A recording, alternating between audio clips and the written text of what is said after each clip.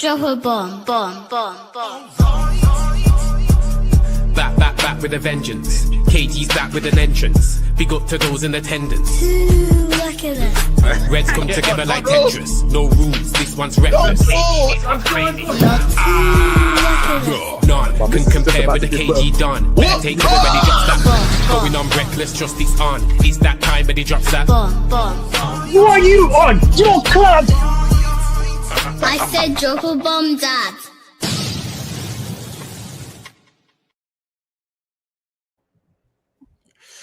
Yo, yo, yo. Hello and welcome to the Reckless Round Table. So it's not going to be a good conversation. It's not going to be positive. And there is nothing to be positive about after that. The game yesterday. Guys, JJ, Riri, etc. Welcome. Debut show. Thank you very much. How you guys feeling, man? Before we go into the topic, how are you guys feeling? I'm good. Better than yesterday. I've kind of gone numb to Man United, so yeah, I've been fine as well. So I'm the emotional one because I'm not over it yet. I think that's why I was snapping at people this morning. I'm not over it yet. I'm not over it because when you defend a man, or I don't even defend him because I'm not hammering in or out, but when you defend a man and he just lets you down like this, don't get me wrong, players are involved too. It's not good. So let's jump straight into it. Game reaction. Whew. Guys, just make sure you are all liking the show as well. Yeah, make sure you're all liking it. Do you know what? It would be rude of me not to start with a debutant, etc. Give us a lowdown of how you feel about the game. It was a weird one, Abs. I rewatched the game in my own time a bit later as well. And the weird thing was, even though the result was bad, and in general, what I thought was, from what we've seen from Amorim, it was about a typical Amorim performance. It actually wasn't as bad as I first thought it was. But then there are some clear, you could say, performances from certain players where you think, surely he should be subbed off immediately and stuff, and credit to Amorim, I guess. He got rid of Dorgu at halftime, I believe. But overall, the main problem is, as you mentioned in the last show, it was the game plan. In terms of when Sesko plays, we cross the ball. We don't cross the ball at all. And when Xerxes plays, a player that typically has never been dominant with his head, he's a player that you always likes the ball to feet. We try to go for headers and spam crosses. And then his usage of his wing backs in terms of always keeping everything wide, not trying to play narrow whatsoever, I don't think that helped either. So, overall, just disappointed. I wished, and I think we could have gotten a lot more out of that game had a few other small, instructions and changes been made. So, I mean, kind of like Man United every single week, I would say. Just disappoints you in one way or another. I can't even really argue with that. I can't argue with that. This is one of the weeks where I just sit there and think, God, you could have done way more. You could have done way, way more. Let me go to, right. Got some super chats or some information. Football Fan View, welcome. Thank you for being a member. Aminor, as always throwing in a super chat. I love that for you. Thank you very much. Abs, I feel as angry when we lost to Spurs in the Europa. Ooh, am I that angry? I don't think I can be that angry, but I do understand it. I definitely do understand it. The most depressing stream. Piss off. We haven't even started yet. JJ. I hope you guys can hear me clearly. Yeah. Because of my mic, I know. It was a bad game. overall from the very first kick. And of course, one of the fun part of watching football these days that we get to listen to the watch along, at the same time, so you don't feel crazy if you are feeling something in your head. And from the very first kick, we couldn't handle the press, right? We couldn't. I mean, God bless, etc., for being able to go and watch that diabolical performance because I can't, right?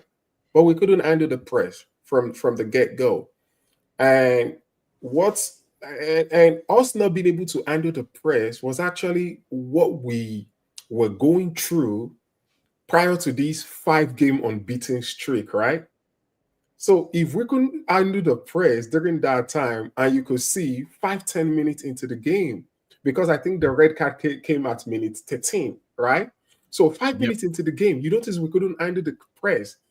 I would have expected some type of communication to go like, what, all right, guys, for us to settle down for these next few things, can we start going long, right? At least so we could bypass the press. I know we won't win the first ball, because of Zirkzee, and everything, right? But at least let's go for second balls. Let's have our tens. Let them run in behind instead of trying to come close to feet. That's one. And etc. said it already.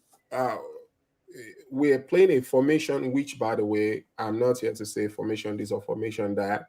If our most attacking route supposed to be via wing backs, right? Why are we starting two least attacking player on those? Right, that's another thing, right? So in terms of our performance, it was literally lackadaisical, throughout the game. And I don't really even, and if I can even go one more time into into the tactical part of things a little bit, when they went one man, it's like they know how to play ball to their feet better than we do, right? Do we have a breakaway? Even sometimes four on their side, V5 on our side, and yet they're able to do 1-2. And where I learned, when you play once, you see the one, you don't follow the ball, you follow your man. And we see a player going after the ball, which means the person on the receiving end of the ball gets the ball freely. Yes. We just kept going over and over. And to make it worse, they went one man down, right? And you still have Bruno and Casemiro receiving ball in front of our fullbacks. Instead of going Under pressure, by the way. under pressure, instead of going into their middle so that it is our fullback. I mean, we did this later on in the game when it was way too late. But immediately we had that one-man advantage. Even if you're not going to do like, let's remove a center back and stuff like that, instead of you telling your midfielders to move more inside, we didn't do all that. So, I mean, we'll still talk about the tactical and stuff like that, but it was a poor job all around from minute one. I wish I could point to one part of the game and say, you know what? Oh, during this stretch, we actually did well. There was no part that we did well throughout that game. And that goes for all players. And I listened to the stream this morning, and everybody is trying to say, you know what? Oh, but there's this person that when they were born, them, when they give birth to them, they came out of their mother's womb. Their only DNA is to know how to play on the attacking end of the pitch. They don't even know how to slide. They can't put shoulder on somebody. And I'm sorry, for the love of God, please keep those type of opinions to yourself. You do not look good mentioning it on the mains. Like, in all honesty, you understand? We've played pickup. We've everybody can do a job of you. You might not be able to tackle properly, but you can actually draw for the ball. And there was no fight. There was nothing. There were no proper take-ons. And it was just all around that. And y'all know where I am with the coach. It is still Amarin, we shall see, which is the reason why I'm not up and down in regards to that. But that was a poor job. And this is not even just looking at the manager alone, even the players. I hope by this time they can be like, you know what, hey, let's do this to try to encourage each other to actually step up to the way they play, and we failed on both ends. Do you know what? You said something there, and it almost triggered me. Then I realized, no, I'm not as angry as I was this morning when you said DNA. When you said the person and the guy, the man that started this whole DNA conversation is here in the chat. All right, so I'm really, really happy that you just mentioned that. Just threw that out there nicely, because was it? You guys do not want to hear me coach. You guys do not want to hear me coach. I am 10 times worse than that. But yeah, like, you know what? Before I even get involved, Riri, please give us your take on the match, please. We lost. We lost badly. This is not good. Riri's back to one word. Remember when Riri was at one word about 3 weeks ago? Six games ago. Yeah. 6 games ago. The manager didn't get it right. The players didn't get it right. We go What again. was missing, Riri? We go again on Sunday. I you know me. You guys look at all the angles and who should have headed the ball better and who should have run up the pitch and who should have wore yellow cleats as opposed to red cleats, and whose socks was too low and whose socks was too high, and you know whose pants is too tight, who's sticking their ass out more than who, you know, that kind of analysis. You know, for me, I've been saying these, you know, and when I say it, people, because of course we're talking to mostly men in this fan base. So when I look at the softer aspect of football, it's ridicule or it's not taken lightly. But these men are basically, they're very fragile. This team is extremely fragile. It's an extremely mentally fragile team. They just got on a run before we went on international break. They were starting to gel. Even though we drew the last game, you could still see that they were starting to become a cohesive kind of unit per se. We went on a 2-week break. A 2-week break, not even a week, a 2-week break. And they come back and they could not, for the life of me, 2 days ago, pass the ball 2 feet in front of them.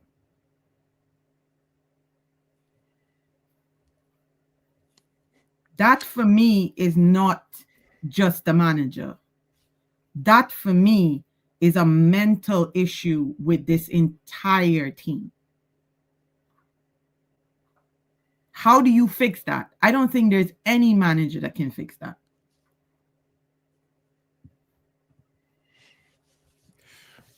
I really don't. I don't think there's any manager that can fix that. Really speaking facts. So, you know, this fan base is all about black and white. He the hammer and he hammering out. He doing. I don't subscribe to that bullshit. Listen. What gave me great pleasure, to be fair, and I'm gonna wrap it up. Liverpool is 12th with their 4 million naira. They're 12th. Billion. 4 billion naira. Yeah. They're 12th. Yeah, it's in the billions. Okay. So that at least gave me some solace on Sunday. So just to, listen, there is no, I don't think I've heard anything wrong so far from anyone. Nothing to even question, which is odd for me. Normally I can go raise an eyebrow and say, oh, but and this is where I've got to with this game today. Someone's just said exactly what I was about to say, but let's throw it in there anyway because it is worthy. It's right. Absolutely. Bearing in mind, they're playing 1 game per week, which means they have more training time than they had last season. Bearing in mind, we played on Monday night, which means they would have watched all the other games and results And possibly they even knew what it would mean to win this game. Everton, as a club, just want to get to a certain point total, and that's it usually for their season. They get the extra bonus of them knowing if we win this game, we go above Liverpool. I can't remember the last time they were above Liverpool. So they had two things. One is standard for them, the other one is a little bonus. My United players knew, thanks to all the results, if we win this game, we go to 5th. If we win this game by a certain amount of goals, we go 4th. And we've extra time in to put their minds in the right place. From minute 1, they weren't there. They just were not there. Right? And I'm going to say collectively as a group. Yeah, collectively as a group. I don't want to go into individuals. I'm now, for this point, I'm just going to say collectively. And I do not know, as a guy that's in the same business but on the lower end, how on God's green earth a manager deals with that? Because I have it's easier. It's easy to see before when contracts were more based on how many games you played, how easy it was to find players and just dock them wages for a week or 2 weeks or 4, right? In this day and age now, I do sometimes wonder, and it's not an excuse for Amrin. I want to make that clear because he's going to hold his corn at some point, right? Today. How do you motivate useless players like this, weak-minded players like this? See that question? They're not even excited by the chance of being 4th. I really don't know. I don't know, JJ. I can't speak. That question that you're asking me, to be fair, I'm like Abs. Like I for me, okay, so I'm gonna give you like a real life scenario. My job. So I'm a level 2 and I'm speaking to a level 3 and I'm telling them this is how you do something. I tell them 3-4 times. I tell them they still turn around and do it completely wrong. At that point, mentally for me, I feel defeated because I feel like I'm literally explaining to you, this is how you have to do this constantly. And then you turn around and still do it the wrong way. Really, do you know why I asked that question? So for the people, of course, we're on the American side. I don't know if there's anything such as tanking on the European side, right? If you guys don't have that in sport, right? So in like the NBA or NFL, tanking is when a team is intentionally losing so that they can get a draft pick and they can get a better player. Because at this point, right, when I look at the way we play, I'm so glad that's not in football, Because I know it's not in football. You know how much organizations would do that? I know, Abs. I know it's not in football because that's the only other thing that can come to my head with the way we show up. And really, God bless you so much. You said it. Mentally, how do you do something better? You are getting better. You are getting better. For 5 weeks straight. They gave you a 2 weeks break, and then you revert to type. Is it that did you guys already forget all what you guys were learning? Right? And that doesn't even excuse the people that started the game, because I have a question. If Mazraoui is leaving for AFCON, what's the point of starting a player that is about to leave? What's the point of now finally giving that player a rep to play? Especially when he's not important to the team's success. Exactly. What is the point? I could not understand why Ahmad was playing as a 10. I could not understand it. Because why break up? And this is on Amrin, by the way. This is not even on the player. This is on Amrin. Why break up our most effective right-hand side with those two there? Why break it up? Yeah, when I saw that lineup, I literally scratched my head because I was like, we've already seen prior to the break that Mazraoui was not handling that right wing back role well. We saw it. We literally saw it. Was it? Not the Tottenham game. I think the game before that. We had a whole year of evidence. He wasn't to handling that. it correctly. We don't need current games to be able to. For that statement you said, we have a whole year of evidence. We have one of those records. We have one of those records where we lose more games that we lose more games that we win. Obviously, that's goes hand in hand. But we lose more games with Dogu and Maserati as the fullbacks, wingbacks, right? Than any other pattern. That's the biggest pattern. Almost everyone knows this. So you must know it because they pay for football analysts. So you I was just about, but Ineos apparently hired this really world-renowned analyst, statistician, whatever. Oh, the one for Mercedes? No, that's not the one that I'm talking about.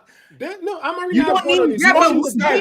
Isn't that's not what they hired him for, to see trends and whatever? No, he has. Yeah, but guy's never played football before and he's never done it in football. I don't understand why they've hired him. But if he has one on his coaching staff, what he has like a statistician on one of his staff. You don't even need. That's what I was about to say. You don't even need the director level to pick up patterns. Anyone can do it.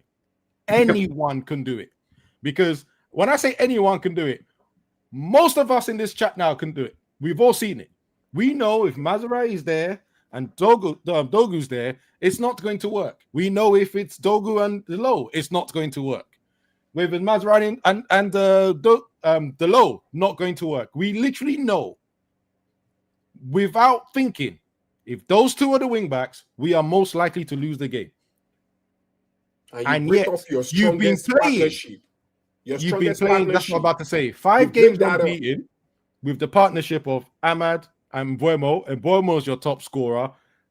Ahmad, even this game, when he went back to right wing back, I believe he started creating more chances.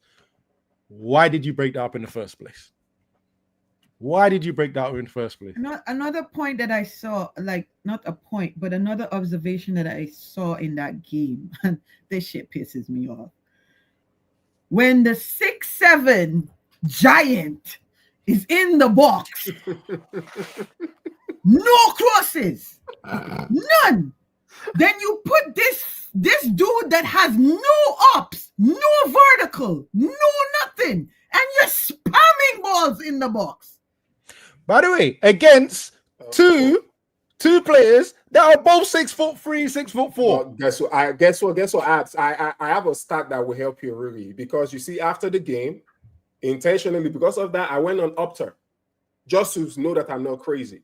All right, so the 3 tallest striker in the league to the best, and I might be off a little bit, at least that they just were. So we have Ireland, I think he's about 6'3", right? We have our own 6'5". Then we have Newcastle, right? The young guy, right? Yeah. Since they got him, do you know how many crosses per game Newcastle make into the box? And I know it's going to be more. Just try the number out there. Try the number. 10. It's about 16. Yeah, I was about to say about 15. 16 every game. We make 5 crosses per game, and we have a taller striker. And then when we put Xerxes, who, poor guy, it's not his strength. Like we've had him last season. We had him when we bought him. I think he has no. But you know, I was having this conversation with Waj, and he made a very valid point. Xerxes more ball to feet kind of person. Yes, he always has been, Riri. Yeah. He always has been. I mean, he's not standing in the box, put a cross in, and he's gonna jump and do something with that. Mm-hmm. He's not that person. And Waj was when Waj pointed it out to me, I was like, definitely, because I saw it when he was given the chance to do link up. He won 2 passes. Sunday he was doing it. Can I really, right? The one game where our 210s supposed to be running in behind, when the striker's supposed to drop, we didn't do that, because that was the perfect game that if he drops, their center back have no choice but to follow him as he drops to come and receive the ball, and that opens a gap between the fullbacks and the remaining centre back 4 attempts to I run don't think into. I don't think We it didn't wasn't do him that. not doing it. I think it's they weren't doing what you're saying, because there's a couple of times he came deep to Oh, get I was the about ball. to say he done First it half. enough. He came He deep done it to get enough. the ball. They weren't doing what you're saying they should have been doing. Do you know how good he was at doing it? That centre back, funny enough, you just said it. I didn't know how to say his name, but him. Yeah, Didn't he just Tarkowski. stamp it? He just stamped He him stamped in the him. first half because he's like, "Will you keep moving?" Bam, stamped him. Don't know how that wasn't a yellow card, by the way. Bro, Referee, that yeah. I was yelling at the I television have no because he idea how that wasn't. literally stepped on his foot. Yeah, Literally stepped on his foot. and there was no need to as well. No 'cause the ball's need. away. He But wasn't. again, He didn't even have the ball. He didn't go for it. Nothing. Yep. He just charged him and stamped on his foot. and then you know why was he doing that? Because Xerxes was about to run in to pick up the ball where he didn't want to go because he was already on the halfway line. Yep. But then we stopped doing that after a while in the first half. In fact, we completely stopped doing it In the after second man half. got sent off. So that let's just say the whole first half. And this is where this is where it confused me the most. Yeah, in 2 minutes of getting a man sent off, David Moyes, and this is where I blame the players. David Moyes at an Everton team managed to come up with a slightly different change to their tactics to the point where I didn't even know. Normally, you get a man sent off, you go 4-4-1 outfield, right? But every time they won the ball off us, it didn't look like 4-4-1. Nope. It looked like it was 4-2-3. So that means their wingers were flying. The guy that scored a goal, I forgot his name, Dewsbury Hall. He was in the centre mid. When we get the ball, or when they get the ball, he's now as close to the striker as possible. So And you're Guy telling was me on his right, for and I forgot the 17 other guy on the minutes, left. for 17 minutes, he was able to run from centre mid to number 10 or supporting striker more times than our midfielders could mark him.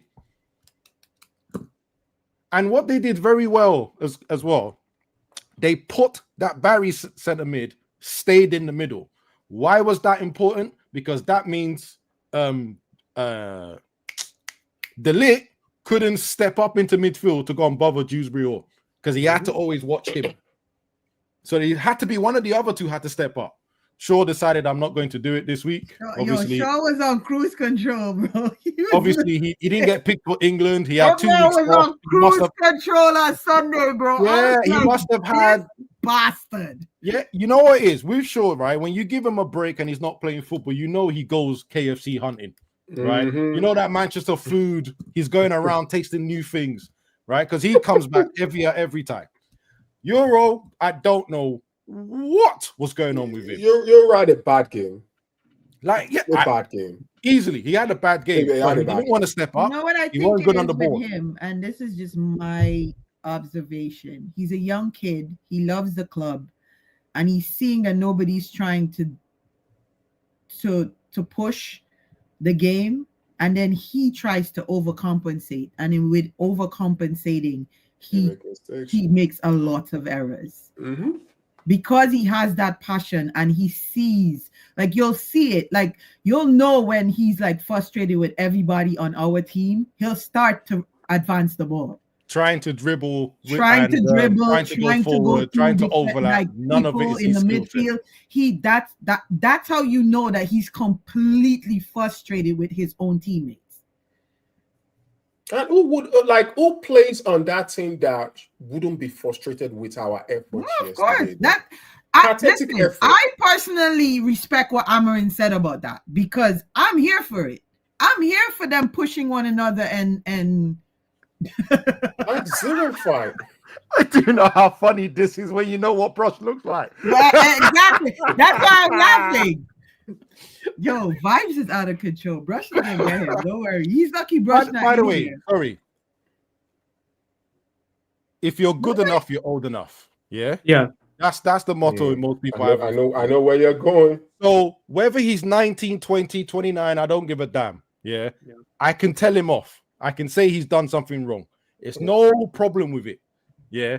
I'm not saying he's shit. He needs to be sold. That's not what I'm saying. Yeah, we know over here bashing him, but we're literally constructive So- criticism. Like I don't understand why is it this fan base you cannot give constructive please. criticism. I Christopher, understand there are some that go above and beyond and they get really malicious with it, and that's not something I appreciate either. But if you're actually giving some sort of constructive criticism, why is it what? Because he's 19. He's an international player. Riri, don't mind him. I'll say this. Don't worry, much. it gets I'll further. say- It's hold when you on. start talking the lit that people start jumping. I'll say this much, right? You see, especially about, and I'm gonna talk about Dogu right now. No disrespect, I love him. He's a young kid. We need to be testing out a new person on that. Attacking wise, is non-existent. He can run. Yes, he can advance the ball, but it's not like, I don't know how bad the South American kid is, Diego Leon, for him not to have a chance right now. I don't make whether it's because it's my first son, he's the first player I signed for Man United. Maybe that's the tax he's enjoying, with Amorim.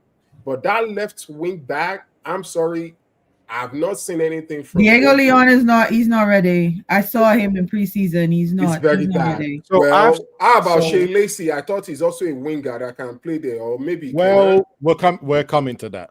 Let's not go there just Okay. yet, because the second topic is going to cover that stuff. Okay, I just wanted to quickly tackle this. This was annoying me the most. This was annoying me, and this is what I said. Right, in 2 minutes, David Moyes got to set up his Everton team to confuse the crap out of us. Right?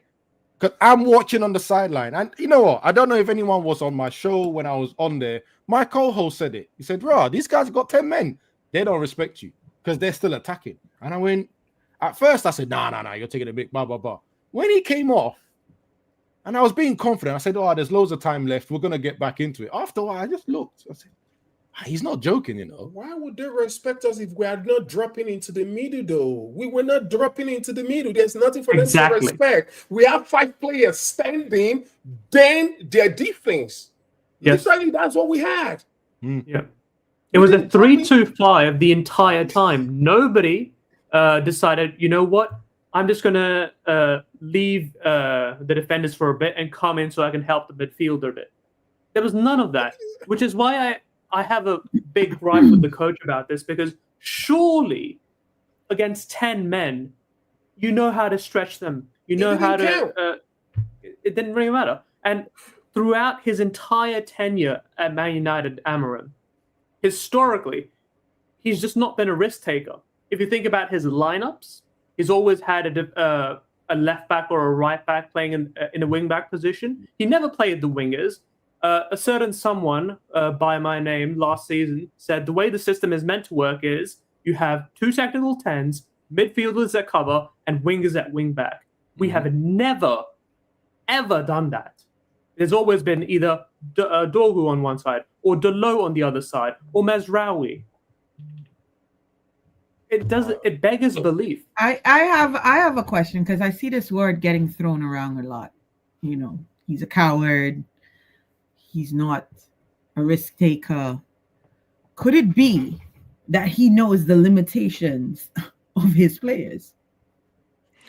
But he has to win, Riri. He has to. No. I am not. One thing is not the same as the other. Yes, I agree with you. He has to win. But people call him a coward. But he's the manager. So the manager would know the limitations of these people that are playing for this club. Let me pose it back to you this way, Riri. Are you saying he's looked at our senior team, looked at the youth team, and say, you know what? On this left wing, if I'm not playing Dogu, or I'm not playing Dallo, there's nobody in this old Man United that can at least come and let me see what else I've got on that left wing back. I want to answer this as well. One, what you've just said there, and also what Riri said, right? And again, I've been a guy that's defended him. I also watched him at Sporting many a times. He did not take this long at Sporting to just throw a winger at left wing back. He did not take this long. He did it almost damn near straight away. And not only that, when it was time to play a young player, 17, 16, whatever, he also threw them on. Which is why Monday I was specifically saying, why didn't you throw on Shane Lacey? Right? Yes, you put Ahmad back, but the other side was also stinking up the place. But no, you went for safe, tried, failed, tried again, failed again. The low has never succeeded on this team. Was that individual on the bench? Yeah.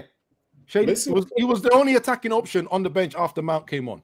Yeah. You had to throw him on. In fact, let's move on to the next topic because we're basically talking about it anyway. It's Amorim's tactical weakness. And this covers the lack of formation change. This covers the substitutions. And this covers his bravery. And I'm sorry, Riri, I don't normally say this very often like on this channel. But for me, that game was cowardice. That game was cowardice. You changed nothing. Do you know how much of a little change you could have made? Delete, go where Euro is. He could have changed that, and that would have increased our attacking possibility by 15%. You're saying maybe 20. Delete go where Euro is up top, and Euro stay back. That's what you're saying. Euro should have been the last man. He's got enough pace and power to cover, right?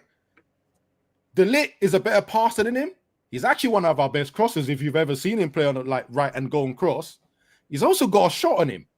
And if he does make a run into the box to help with the aerial threat, he can do that. He should have used the lit almost the same way as he tried to use Maguire, since Maguire wasn't an option.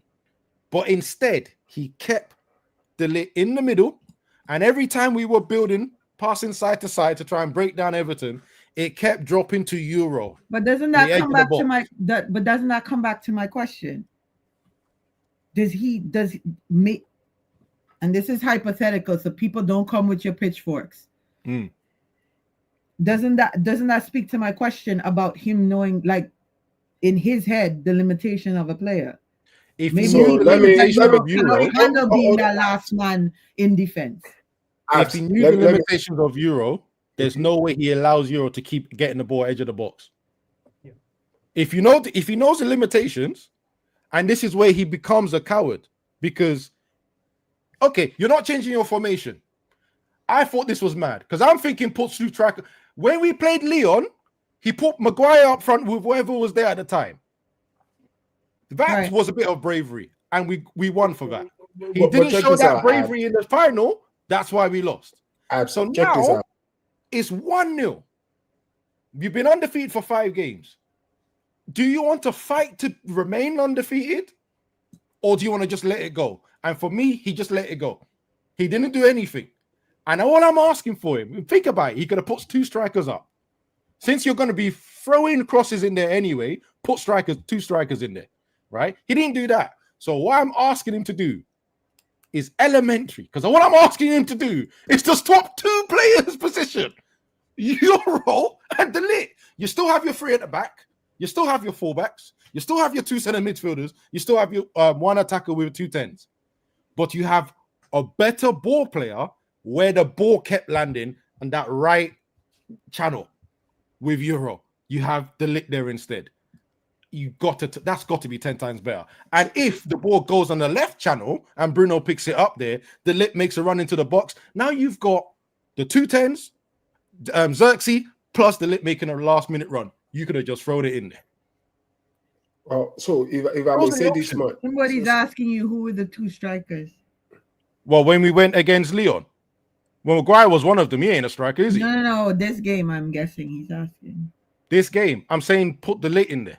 I didn't say 2 strikers. As a striker. No, it's not. It's saying as the role. But you're talking like what Maguire did. Okay. If you want to put 2 strikers, if you're asking me what 2 strikers did I put, Xerxes and Mboimo. Done.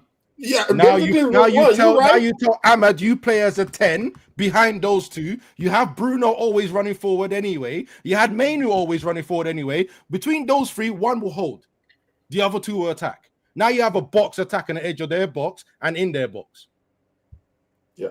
And if I may, right? And by the way, you see 3-4-3 you could still have that same shape, but the personnel, and I think that's what Abby's speaking to. The personnel needs to change, right? That's all he had to change. He had to The change personnel people needs on to the change. pitch. Number one, immediately they got a red card. In all honesty, you could just say, you know what, I'm taking one center back out. I'm going to add an additional midfielder, which means more people that can be on the ball, right? We could do that. We didn't do that. You could have, you know, at this point, right? If you I said bring right? Ken back at this rate. No, Yeesh. vibes. Don't do that just yet, right? So the winger, right? Like you said, Shea Lacey. And to come back to the question I asked you, really, right? In all honesty, I disagree. United, one thing that, and I'm not gonna call a man a coward, right? But I'm still kind of his formation. I his would rather you say personnel. he's not a risk taker than No, you he call lacks him. he lacks bravado. He lacks You know what? bravado. He's a coward in football lacks terms. okay in football terms, right? Because here's one thing, and it was from the call this morning, right? Because once again, we've watched United. This is not our first go at watching United. You're down 1-0 already, right? You're down 1. You've got to get young blood in there. You got to put in players that want to prove themselves. You've like what does a Shea Lacey have to do, you know, to earn some minutes, especially when Dogu, your golden boy that you brought, he had a chance. Side-footed it to the side of the net, to the outside.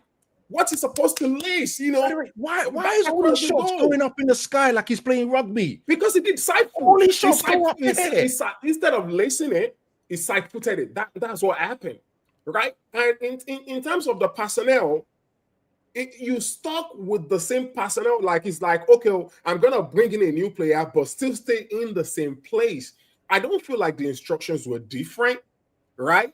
And to even make it worse, I think is Mount just coming back from injury? Is that why he started on the bench? Oh, I don't Yeah. know that one, by the way. I have no. Was that understanding. why?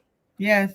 I'm saying he should have started. Remember he and Harry Maguire picked up a knock. Okay, so fairly so. He So started just from before the bench. international break, I think that's why Harry didn't play against Spurs, I think, or something like that. Okay, so He guess came off. what? Yeah, he came off. He came He off. came The off, moment okay. he came off, we conceded 2 goals. So it's an opportunity, and once again, I'm not saying it's the best of player, because if you want to be attacking with this formation, personally for me, guess what? Put Ugarte and Casemiro, too defensive. We know they're not gonna do. One is gonna chase the ball. At least Bruno, Casemiro is better on the ball. And then put Bruno. Let Bruno have started in the 10 alongside Bruno, so Ahmad can still stay on the right wing back. But you didn't do any of that. Things that communicate. So that painfully. situation. So I'm going to tell you something based Yeah, on go for it. based on what I've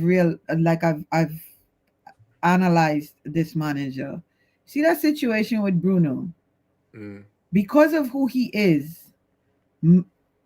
up here, he's not going to give in to putting Bruno back up on the 10 because everybody's asking for it. So that will be him admitting that he's been wrong all Right. this while. Everybody's asking for bit. it. Right. Everybody's asking for it. So Bruno he's not unless it's like dire where like there's a bunch of injuries to 10s, then he has no other option. And that's soon coming because AFCON is coming. And I honestly feel if anytime we're going to see Bruno back up top there, it's going to be around that period. Because we all know, somebody said it, Mount is forever injured. Cunha is Cunha.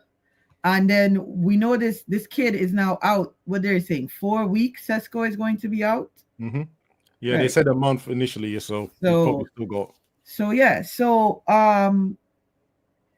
I can't disagree with this comment. I don't disagree with And that, I but think what I'm he even saying said it in a is this build-up. guy being who he is and the stubbornness that he lives by, which is something I detest.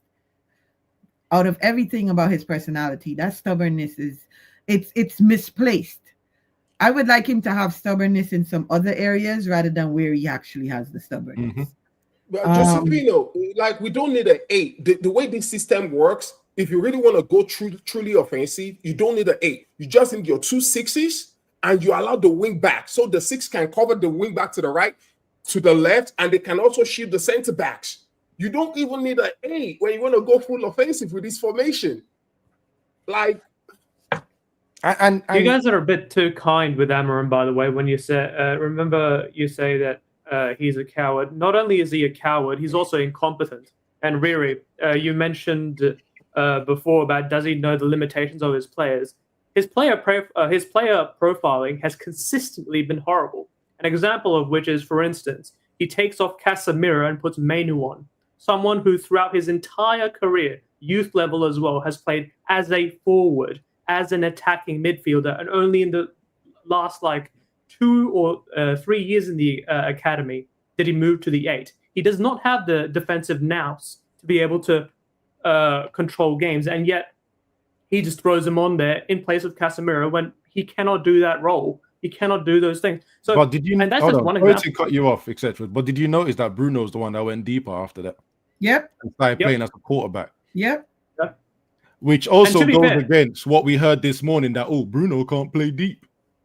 Exactly. But to be fair, this was I against feel like 10 Bruno men. will play wherever he needs to play to make to contribute to the team. Yeah, people question who he is as a captain, and yes, there are times where his head loss frustrates me. But as a captain, I feel like if he has to play centre back, he'll do it. He'll do it. He'll definitely do it. Go on, hold 1 second, JJ. Let him finish, and I'll come back. Go ahead, etc. Sorry, go continue. So, I mean, the point was pretty much done. But again, the only reason that Mainu sub worked, by the way, is because we were playing against 10 men. But he's done it against 11 men, and everyone knows what happened after that, you know, where we conceded. But for me, this Mainu conversation and where everybody thinks Mainu can play, I'm not impressed. Everybody sees this kid differently from how I see him. I'm really not impressed. I'm not. I have said I'm not impressed. And I think I don't know if any of you remember the first time we were making a squad for Amarin before he got hired, I was one of the few people that dropped Mainu straight out of the first team, and everyone said, "What? No way, no way." I said, and it's the same reason for me. And I know I'm not saying he's not a good footballer. I'm just saying a great footballer. The way people hype him up is he doesn't reach that level for me yet. But that's because you have to build the team around him. Do you want to build a team around one player, and that is Kobe Mainu? That's what you're saying. That's what you see. This is the thing. I don't agree with that. When it comes to team building, but I actually want to hear this, and I have a rebuttal. But I want to hear this. When it comes to team building, if you're going to play Mainu in this system, everyone else has to be there to support him because he cannot cover ground physically. Okay. Yes. Okay. Yeah, he cannot do that. And even the only way that Mainu would work, if you're going to play him as an 8 or as one of those central midfielders, is if you have 3 people with him. Yes. Meaning he has to be part of a 3-man midfield. He cannot play in a double pivot. He's too exposed. So that's what I mean by you have to build a team around him because you have to cover his weaknesses. Okay, so you're saying what I normally say. He needs 2 other superstars next to him in order for him to shine. It's not really even 2 superstars. It's 2 people that excel at what he can't do, right? And if you're going to do that, that means, quite frankly, he has to be your main player, because you can't have a main player other than him if you want 2 people to do what he can't do. And the only way that this will work, and Amarin hasn't really done this version of this 3-4-3, if you want to call it this way, right? Or 3-5-2. In my opinion, he hasn't done it enough of this version for me to think he's going to, because he has done it at Sporting. The only way that would work, and again, you would have to pick between Bruno and Mainu, which is not going to happen. It's going to be Bruno. Is if, and I think you said something very similar, JJ, you put 2 defensive mids, even though it's meant to be not defensive mids, and you put 2 strikers. Then you put Mainu as the 10 in between both, or Bruno. That's the only way it's going to work. He hasn't done it. I don't think he's done it more than 2 games since he's been here. So here's the problem, right? And somebody was talking about 3-4-3 earlier on, like it's never worked this down in the 4th. When City started 4-3-3, right? and it's typically, I think Rodri, I think it was Silver that was partnering Rodri in the base of the like Rodri start. So Rodri will be here, then Silva and De Bruyne will be in the front. What do? They move John Stones to join him, so he give the base for the two of the 3-2-5 that they're about to play. They kept real wingers on the wings, right? And then Silver and De Bruyne was able to play the 10, right? So people saying that, oh, these have not worked, these have not worked, these have not worked. I'm sorry. It works. The personnel matters. If you are having people that don't know what they're doing on the wings, it doesn't work, of course. And for someone like Maino can't be too far away from the forward line, right? It can't be too far away. It can't be beside, unless you have a prime 6, then you can play him as part of the 2 middle, and then that prime 6 can be able to cover for him physically, which is what we thought we were going to get with Ugarte, until we realized that, you know what, he's on the ball, is just like me, which is bad. You understand? Right? And actually, can I also interject on that one? He's not even good at covering the ground. He isn't. He isn't that good at covering the ground.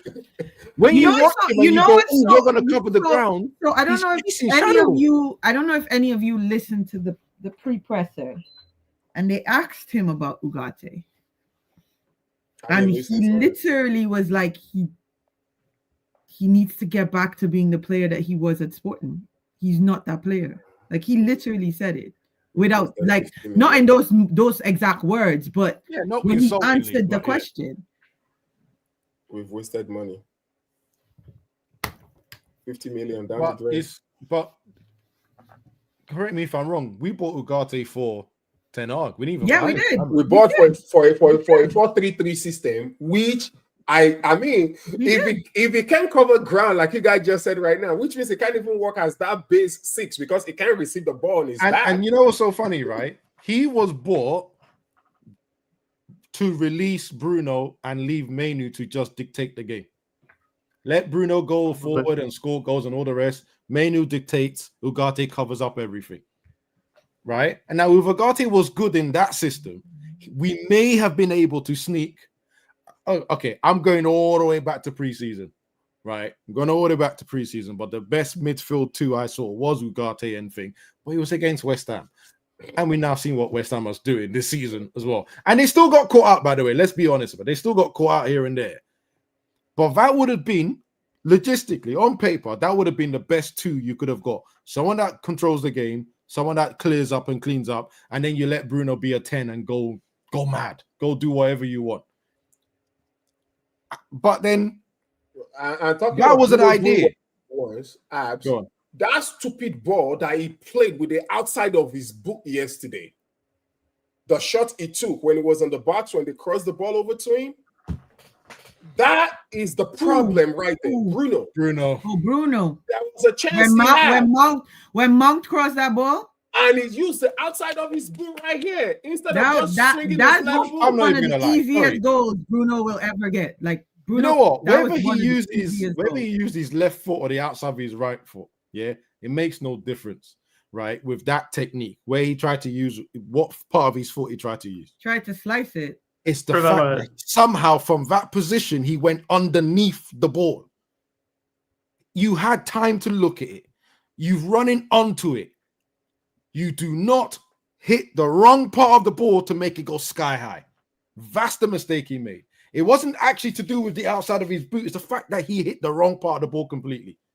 And I'm sitting here thinking, you are good enough to not have to. You shouldn't have been doing it. I remember when he went to press alone, there was a time right at the beginning, for zero reason, he went to press. You ran past Ahmad, you ran past Mbumo, you ran past Zegzi. You went to press. Pressing the goalkeeper. Thank you. And with one ball, we were under pressure. And by the way, this is where you've got to congratulate. I'm not even saying Ruben. Casemiro for taking the negatives he took and saying, okay, I'll get better. Because even at 33 with his legs, he's still able to cover this madman of a midfielder. Because when he done that, and this he made no season sense. he's been covering him really well, like legit been covering him. And really well. it's also embarrassing to everyone else that's doing Garte's, the menu, and all the rest. Because we all know Casemiro can't last more than 60 minutes. So once that 60 to 70 even the Don said that. the yellow card, you automatically know one of you two is coming on the pitch, and you can't even perform for 30 minutes. Yeah, because even the Don said that for Brazil. He said he may be getting up there in age. He said, but he gives me 60 minutes. And when he's on that pitch for that 60 minutes, his footballing IQ is there's not that many out there that still have that kind of IQ. So which brings me to a question though, and I trust that you can answer this. It's just a question. So we know that he can only play 60 minutes, which also shows again yesterday. Shouldn't the sub just be somebody that is equally like, and even Meno doesn't fit into this, by the way. I was just about to say, who would be that person outside of Kobe? No. You know what? I wanted him to finish. I wanted him to finish. Because I'm just asking. Who's going to be good as a player that won 5 Champions Leagues? I want to know. At some point, maybe we just bring another defender then, because we're already playing 5 No, defenders because then anyway. he'll be. But you know what? But then the fan base will crucify him because they'll be like, "Oh, look, 10 men, and he's going even more defensive." Well, anyway. All right. I'm just saying. I actually want to. You just said it. But to Ab's point, and this is where I stand, and then etc. I'll let you go. I just want to make this point where I stand. To your point, Abs, you know this man can only do 60 minutes. From the starting of the season, that's how Amorim has been managing him. Yep. Right? He gives you about 60, 65 minutes, or if he gets a yellow card, he comes off a little earlier. Yep. Right? You know that you're the person right in line for the most part to come on for him. Don't you think that you need to be ready every single time that opportunity presents itself? And this is where, when you blame the players, I cannot disagree with you. I can't. Because we are struggling to replace Casemiro, and we have 2 midfielders that apparently should be starting. You should be. It's like you should be chopping at the bit to be like, you know what? This is my opportunity. I know at the 65th minute or the 70th minute, I am going to get subbed on because he cannot go. He cannot. His leg, we all see it. And Amorim hooks him. It happens. It's happened in almost every game we've played this season. Yep. I don't know why he hasn't tried just leaving Casemiro on, honestly. If he doesn't rate Ugarte. That's going to be a red. That's on going to be a red. I'm no. telling you. Let me tell you something. If the Don hooks him at 70 for Brazil, he's got to come off at 70. That's it. That's his that's his at his age and his legs, that's his threshold. You don't want to keep him on there more than that, or you will be down a man. And bearing in mind the speed and intensity that Everton players were attacking and counter-attacking, he's definitely going in for a tackle. At this age, about 3 weeks ago now, I went in for a tackle. The guy I bumped into, if you see the way I got thrown off.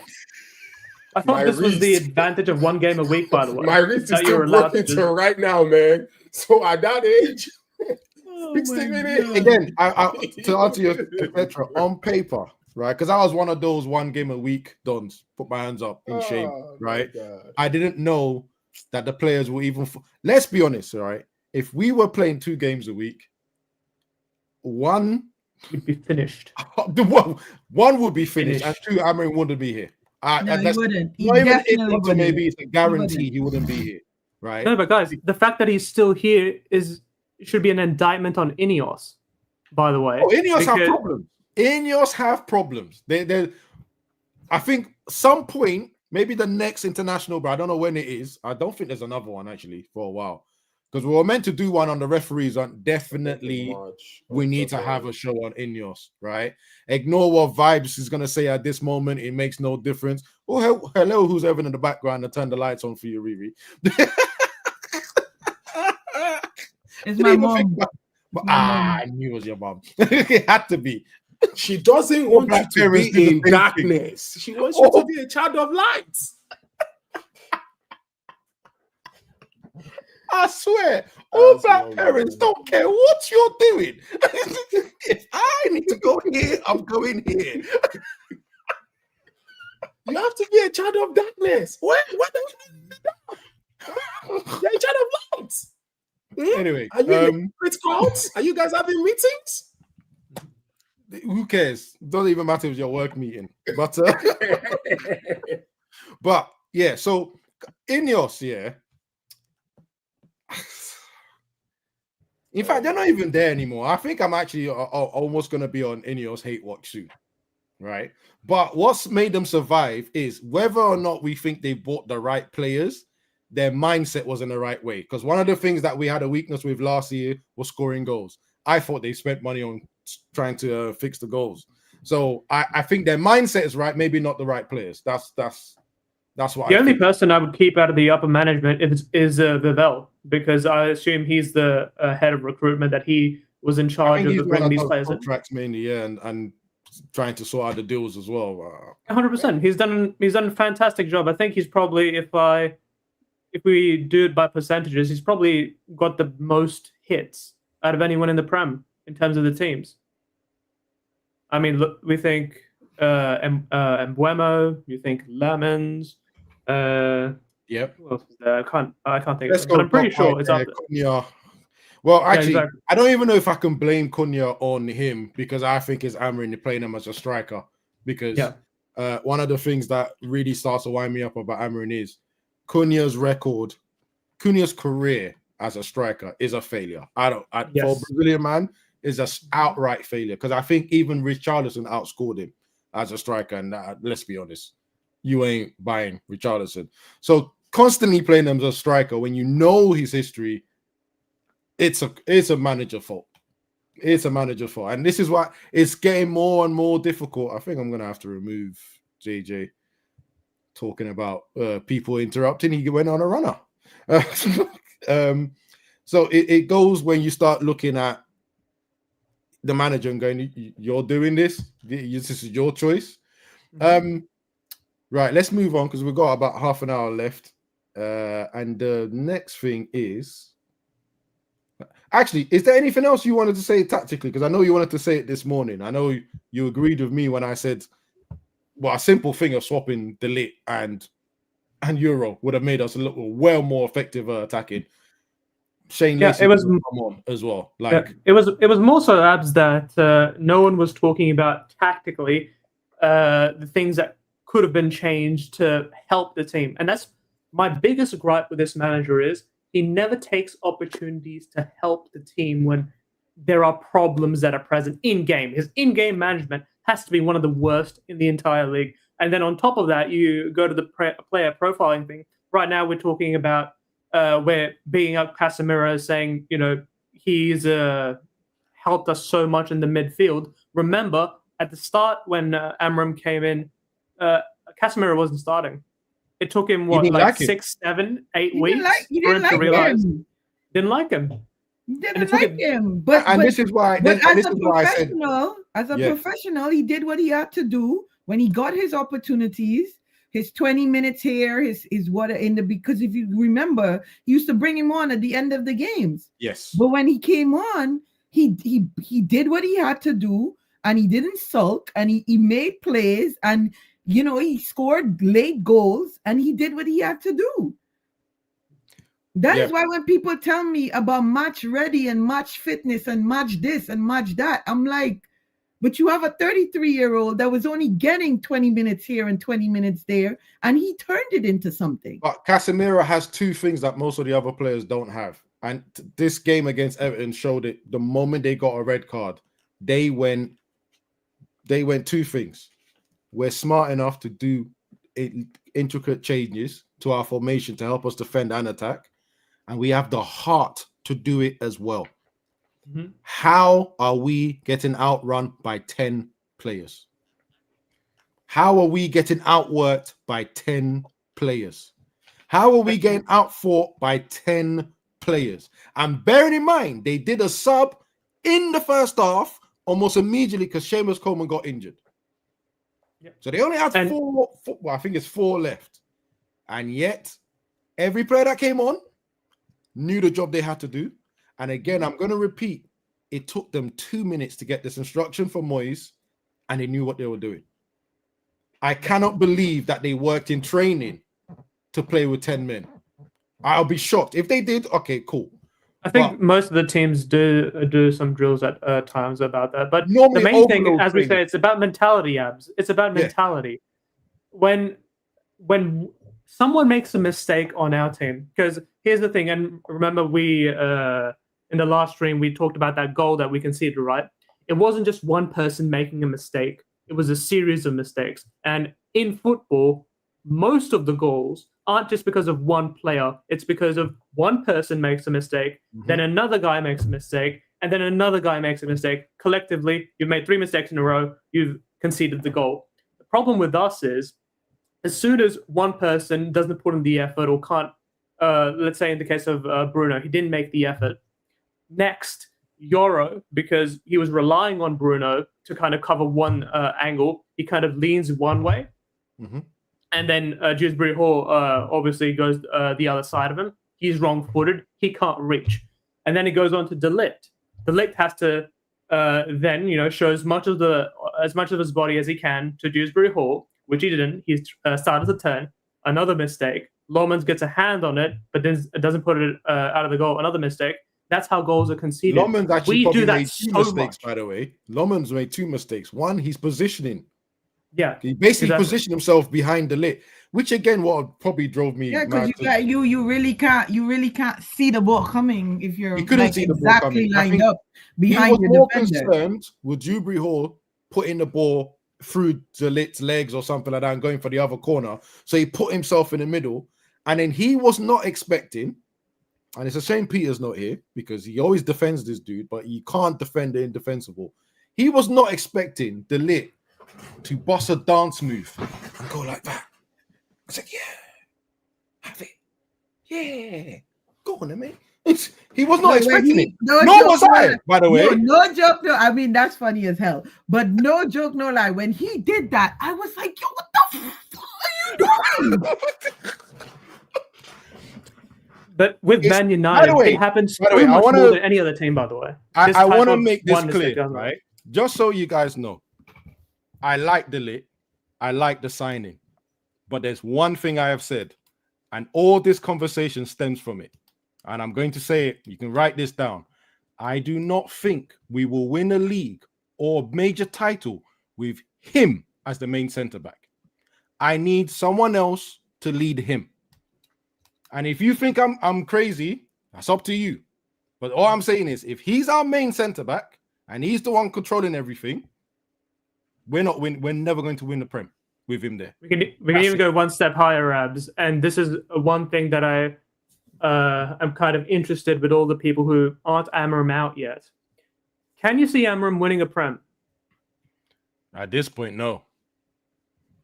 I'll be honest. I think Amram's job, which sounds crazy, right, is to just take us closer. With that 2.5-year contract, I haven't heard anything about him getting an extension just yet.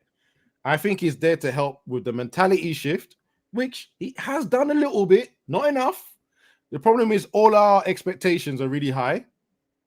I think quite a few of our fans are still thinking about challenging for the Prem after we finish 15th. I don't know where we're getting it, or challenging or getting top 4. I think he's there to take us to a certain level, and then that's his job. It's dangerous, Abs. It's dangerous because you're throwing two seasons in the bin in a row. That's some teams just never recover from it. You think about, for instance, AC Milan and those types of teams. I worry what happens if we continue having these types of seasons. And last year. You're talking about these types of seasons, and we're only in November. If you're having this discussion with me in May and we're bottom of the table, then yes, I would definitely have to agree with you. But we're in November, so I would not write this season off yet. We're still 4 points off the person in fifth. But let's be realistic, we're not that far away. Than I get what you're saying. If I'm not mistaken. So I'm not having that conversation now. I am not writing off this season. I'm not one of those people that plans on writing off this season, because I still think we can get to sixth. I honestly do. Yeah, and by the way, top six is what I said was probably be the best you can get. I honestly do think we can get to sixth. Yeah. So for etc., I hear what you're saying, and you can be. That's your opinion, and you're entitled to it by all means. But for me, it's too early. That's like the Arsenal people saying they have already won the league in November. Yeah, it's true. It's true. Arsenal people are. I'm being warning all of them. Please, man, don't start the winning. I'm not that fan. I'm not that fan. I'm not calling it in November. I'm not that. Even though I'm not calling this season and I'm not calling anything, I still think that in my mind, the way it looked like when Ineos got him and what they were trying to do and the people they were trying to get rid of and all the rest, for me, it looked like just get us to the next step, right? And if someone said over there, oh, so do you think we're going to go back to a back four or you're going to stay with a back three? Well, I'll be stunned if they go back to a back four, because then what have we done the last year and a half for? Yeah. I'll be stunned. Exactly. And think about the recent results as well, Abs, in terms of the 5 games we went unbeaten, right? We played long ball and we got results. But then that begs to what people are saying, he didn't change anything or he didn't tweak anything, which in actuality, that's a different style. It's a different style. And then this is also why I'm more so on the Ineos case than anyone else, because let's say, he's here for the clear out. And let's say, we're planning to stick with this manager and stuff. Long ball can't be the way, or the plan that Ineos has envisioned for us to win in, 2028? Was it what they said? I think half of it from the way patterns are emerging, right? Quite a few teams are already moving off the keep ball type of football, passing out from the back and all the rest of that stuff, right? Mm-hmm. I don't think he was necessarily playing long ball. I just think he was trying to beat the first press, because everything that happened after, like once you beat the press, the midfield and the attack, you go over them, you're trying to hit the striker's chest or wherever. Listen, play for the second. Chelsea and Drogba,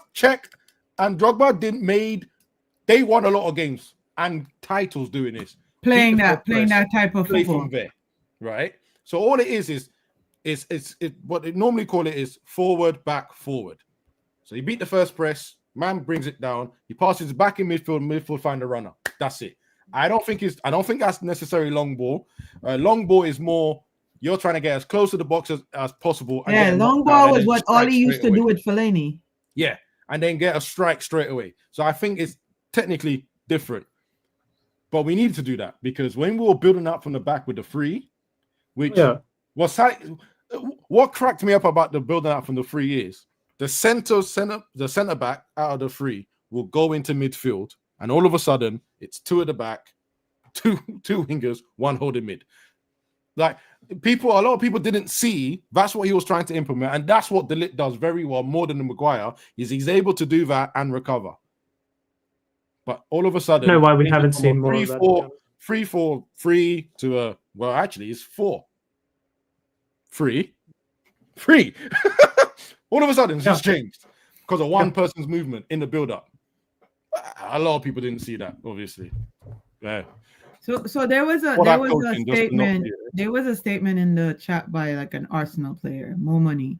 But, I think I asked this question of you and Waj on this same show early, just after we came back. Was it about Martinez thing? Yeah, about international break. And you and Waj looked at me like I was crazy, because I asked you, I said, can he be reinvented to play that 6th role where he just stays there and he doesn't have to run, he doesn't have to move?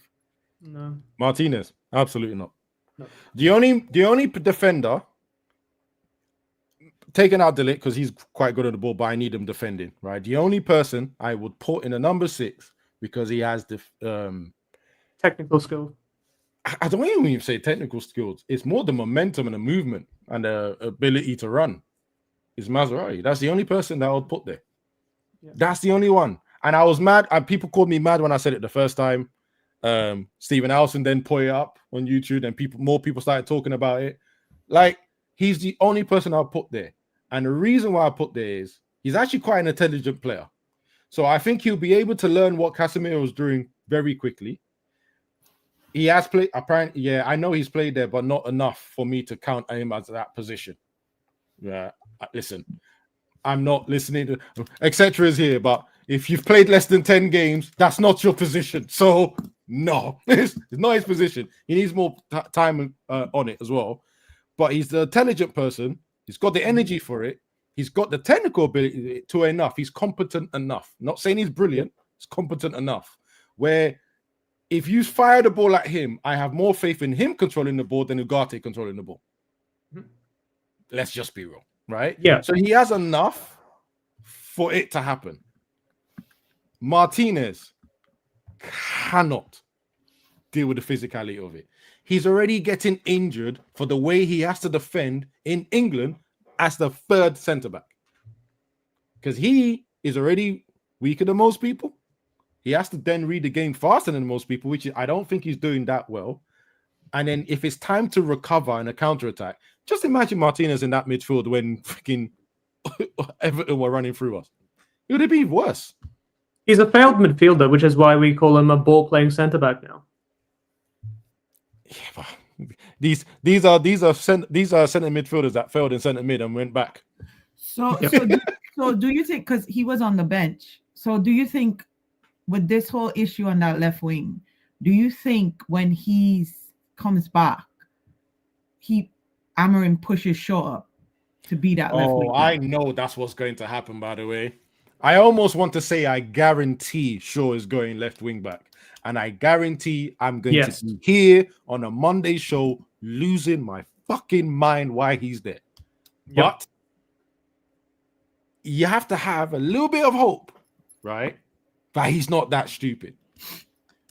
But I can almost feel it in my gut.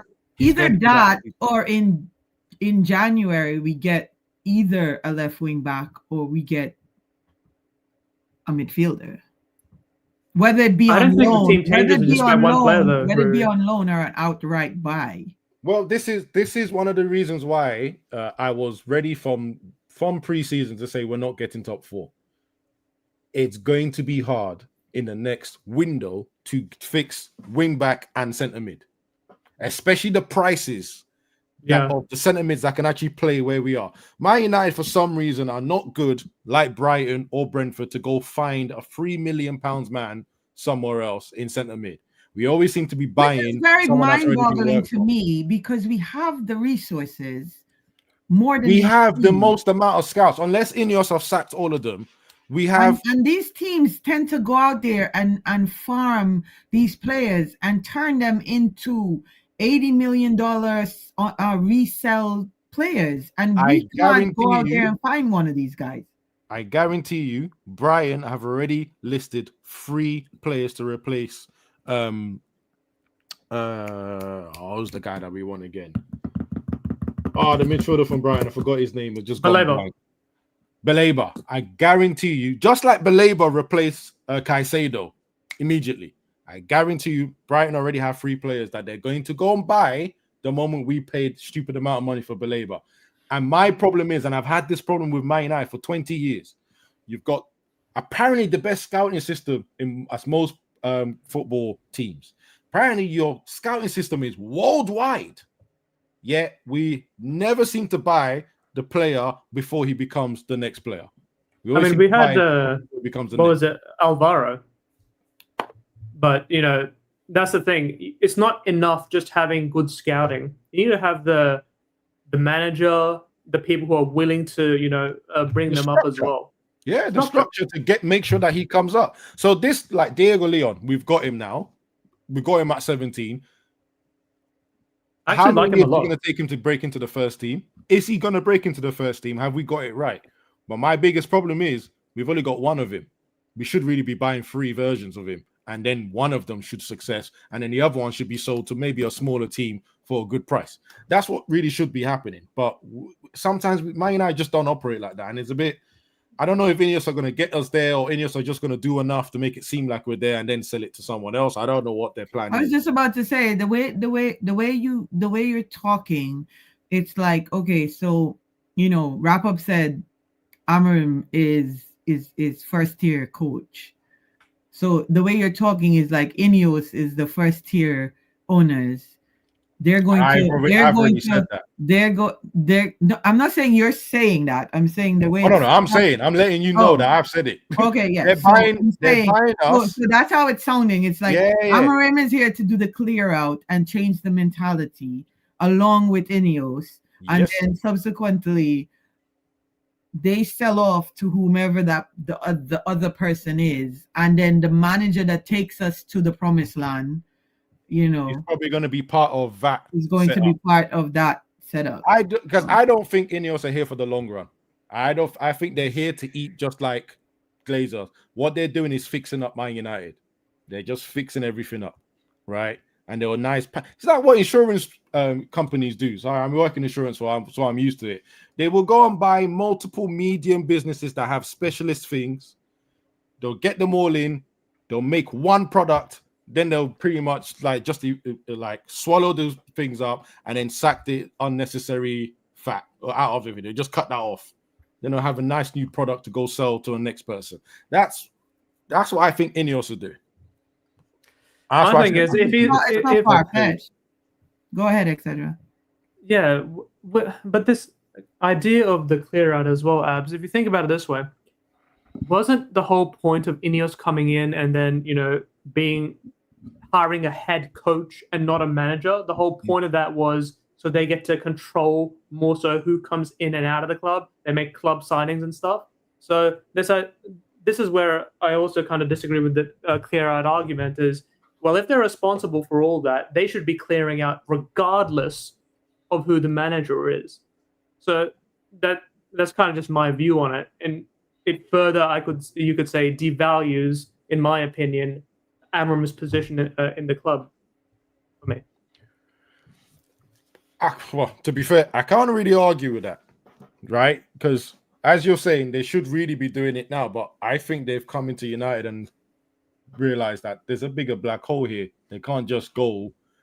Also, it depends how much money they're going to put in. You can't just go gung-ho and just clear out everyone and do what they're meant to do. So at this point, they need to, for them to be able to operate, strategically doing it, and they did say, or he did say, the Rat did say that they're buying players not for any one particular manager. They're buying players that can play under any style of manager. So I feel like, and you were about to say it, Abs, they couldn't get rid of 19 players. There's no way they could have done that. Yeah, it's not FIFA. It's not Football Manager. You can't get rid of 19 Football Manager. players. It's not FIFA.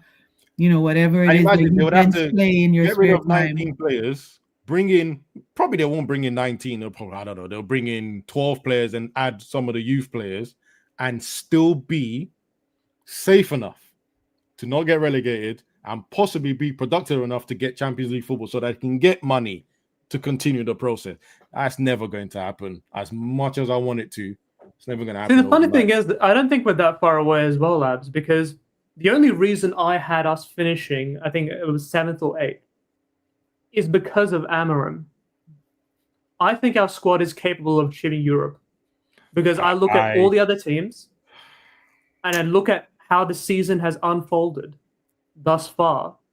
I don't see a reason for why we can't get a European place. I wanted top 4. I think we saw it yesterday. At least Europe. I think we saw it yesterday. Yesterday is a perfect example of why I don't think this squad is good enough. Because as we looked at that squad, I know there was injuries, right? But as we looked at the team that was picked first, and then we looked at the bench, you can't tell me you thought, oh, yeah, that's what's going to get us to Europe. Because but I look at Everton's squad. Mentality is more important than the players. Yeah. These players' mentality is not it's not even allowing themselves to play at an elite level. They don't remember under Alex Ferguson, right? We had players that were technically shit. They were shit. We would never have thought, oh, Cleverley was going to be a top player. But this was switched on. The rest of the team was switched on. Cleverley's won a league. Gerrard hasn't won a league. Cleverley has a league title. I always come back to that, and I always come back to that, you know, with my argument or my opinion.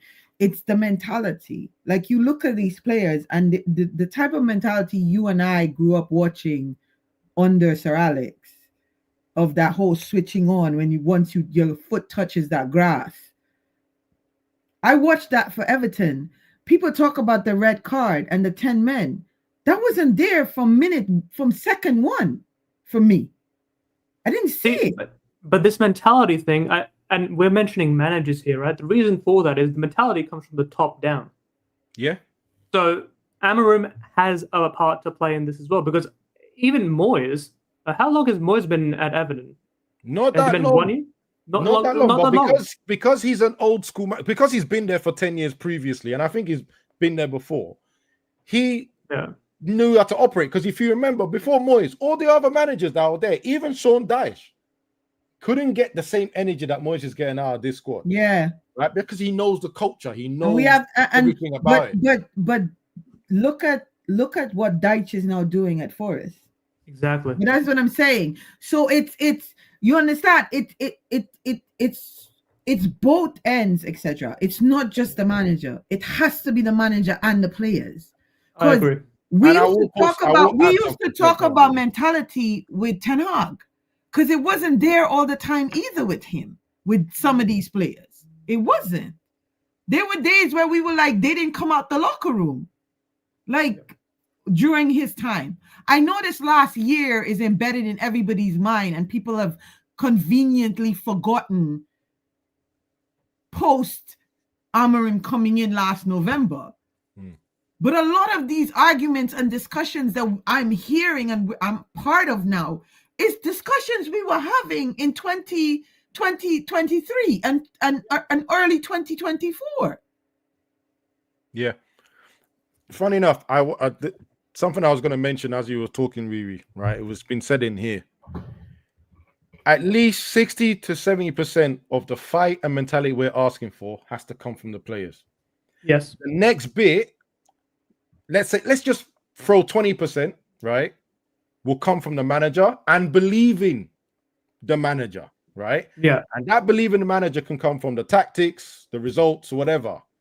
But let's say, for instance, the manager says, you're not fucking doing what I need you to. I'm going to get rid of you. That last 10% comes from above him. Because when he says, get rid of this guy, is not doing what I want to do, they go, yeah, you're off. And now all of a sudden, every player goes, whoa, bro. Oh, okay. So he means what he's saying.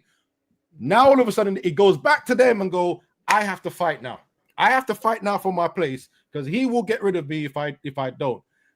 Do you know I have to do this? I have to do the same thing as a manager, as a coach, in every level I've been at, whether it's under 13s, under 14s. And some parents don't like it, especially when I'm doing it to their son. But if your son comes on the pitch and doesn't want to run for his team, he don't play. That's the thing, Abs. The most power a manager can have is by saying you are not playing. And yet there are players on our team that play week in, week out, and there's no comeuppance. I would say for now, their time was coming. Because again, this goes back to we can't get rid of 19 players. So he has to try and just use. That's what I'm saying. On that left-hand side right now, you know, everybody's complaining about Derby. What do we have on the bench? Malacia? Yeah, Malacia and maybe like Leon. That's it. Malacia and Leon. Leon is not even. Leon is playing the under 21s. He hasn't. Yeah. He hasn't been. He got called up during preseason, but he played preseason and that was it. I don't think he got called up for the first. He hasn't been. I don't think during he's been called up. Season. I think he's trained. So we have Malacia on the bench for the center backs. Let's say hypothetically, Maguire comes back. We put Delit on the left. We put Euro on the right. Maguire in the middle. And we move Shaw up. That's Shaw. Exactly. Right? Dalot we don't want. Durgo we don't want. So that left is a problem. It's a problem that we need to fix. It's a problem created by the fact of the manager's too stubborn to try anything else, to be fair as well. He has had opportunities, and even we said it right now, he has even changed to a 4-3-3 at times. So if he has the tactical flexibility, he doesn't need to create these problems for himself. Yeah, But anyway. one definitely. Now I'm starting to feel that the tactical change is starting to annoy me a little bit, right? And I felt it the most against Everton because I just kept thinking, playing against 10 men. What you've got 3 at the back for? You're playing against 10 men. Take one of them and tell one of them to attack more and get in the box or be in the edge of the box, which you did do with Euro, but it was the wrong one. Or I mean, Shaw did it a couple of times on that left, but he didn't. He also didn't do. Oh mate, he doesn't want to cross because, or he doesn't want to run because he'll pull a hammy. He doesn't want to risk it. This is a World Cup year. He ain't gonna I watched him. Like He's never going to go watched him. above 80%. I was like, you bastard! Like you bastard! You know you could put in the work and run up that left and just put the ball. It's a World Cup year. One thing I will give for him: Shaw has a good cross. Like Shaw has a good cross. Yeah. Mm-hmm. Like I said, he's not going to do it. It's a World Cup year. He's going to play to 80% of his level and maintain fitness so that he can get picked for World Cup. And once I watch this, when he doesn't get picked for World Cup, I guarantee you this man is injured again. I guarantee you he's injured again. Because the fact he's not been injured in November after years of him not even being around. This one I know. All right. Because of the time, we're going to have to breeze through this next topic, which is Palace next. All right, I'm going to start, and I'm going to start negative. We're losing this. I hope everyone's ready for it. And the thing is, I'm saying we're losing it, right? Because it's away at Palace's ground. They're on a little bit of a run as well. Fine, just have a look because they're in 5th place. My God. Yeah.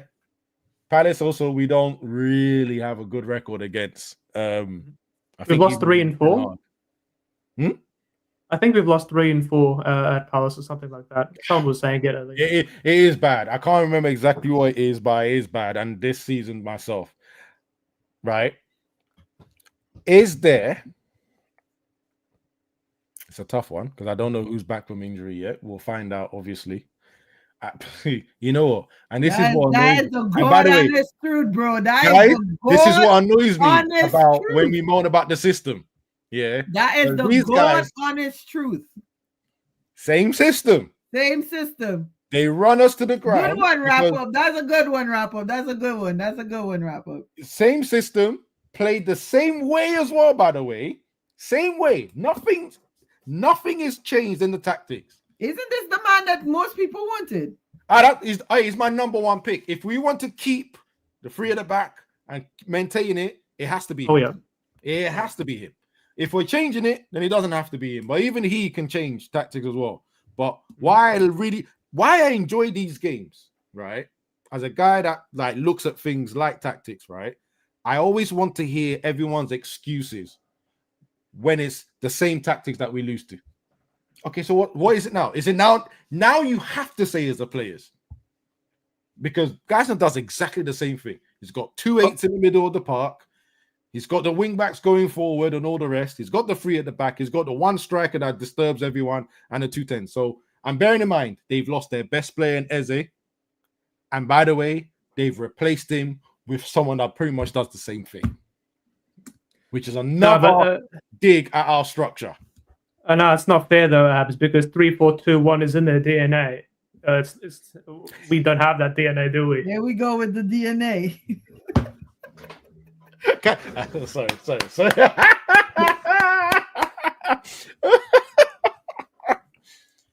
No, it's the same thing. No, No, it's the no, same. He no, plays the no. same. We're He not plays going the to same try game. He and plays the change same it. game. It's the Same game. same thing. Same game. It's the same thing. They're doing the same thing. No way. We're not going to do Same this. game. Same game. Right?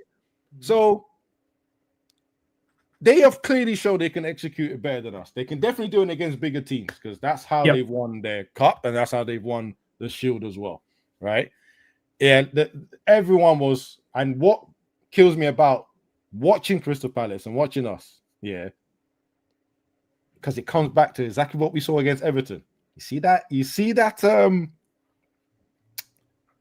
the execution, see the intensity, see the one that want work hard for each other. The These are things that instruction. players don't have, they don't do, right? And in games like this one especially, it becomes clear as day.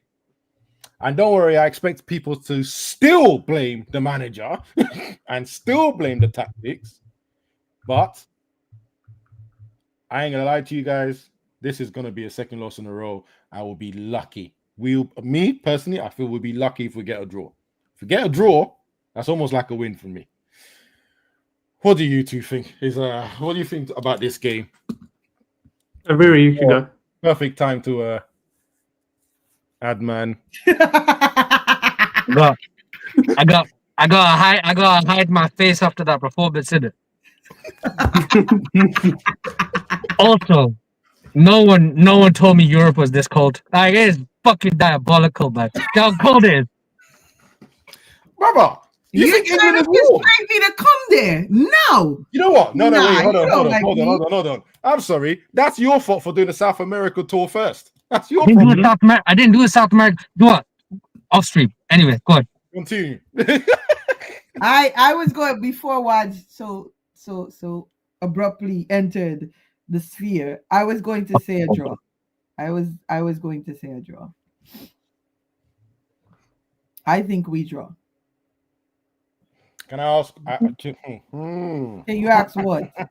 Said wishes he looked like me. Can I ask you? Because I said the draw will be like a win. Where? What players? Because we know it's the same formation anyway. What players are going to be there to get us the draw? I think he goes back to Ahmad on that right wing.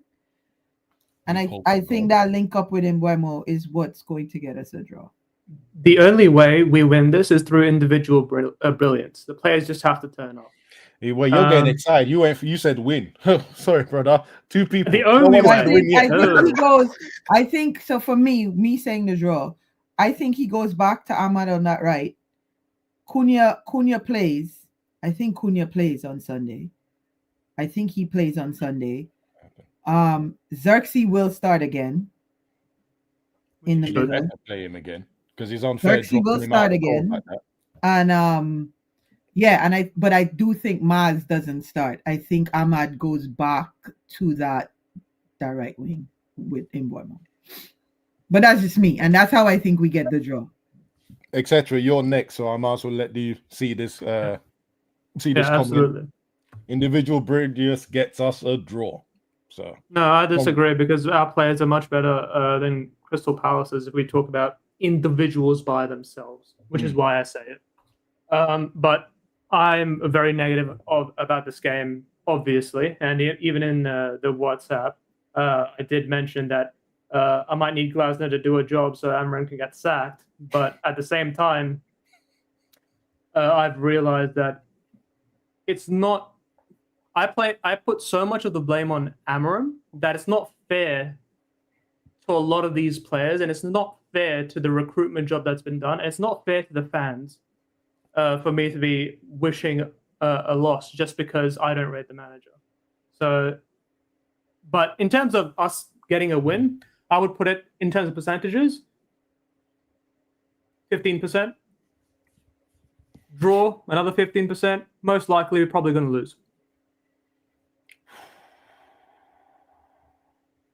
Damn. Wajid. This is gonna go downhill for me. What? Especially the fact that he's cold and he's miserable. Yeah, I know. Who's this? No one. This fucking continent is the disco. And whatever. I was in 25 degree heat every single day. Come back, it's 5 and what? Anyway, whatever. He was with the Colombian Donnies. Anyway, and what's your question? Sorry. Match review. Crystal Palace. No, not How do you match see it review, going? just your prediction. Oh, match preview. Sorry. Crystal Palace. How do you see it going? He has to win. Oh boy. He has to win. Like there's no Not other he, way around. not they, but he. No, right. I am now. Since you and I spoke off Yeah. We off did. stream, We did. and I don't want to. I'm messing with you, by the way. No. I'm not even. Like I don't. This isn't. I don't have the time to go into the nuances of why I say Amrin rather than the players and go into the details of the structure and all that. I got you. Yeah, no. Like I know it's more like the context for the people in the chat. But he has to win on Sunday. Because I said, what did I say? I think I said 4 wins, 1 yeah, draw. I said 4 wins in a row. So that's first. So now it's 4 wins. There is no excuse. This is quote unquote the easy run of fixtures. There is no excuse. That Everton performance was disgusting. Now it's just put up a shop.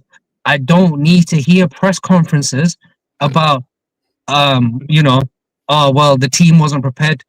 You curly haired twat. You've had 2 weeks.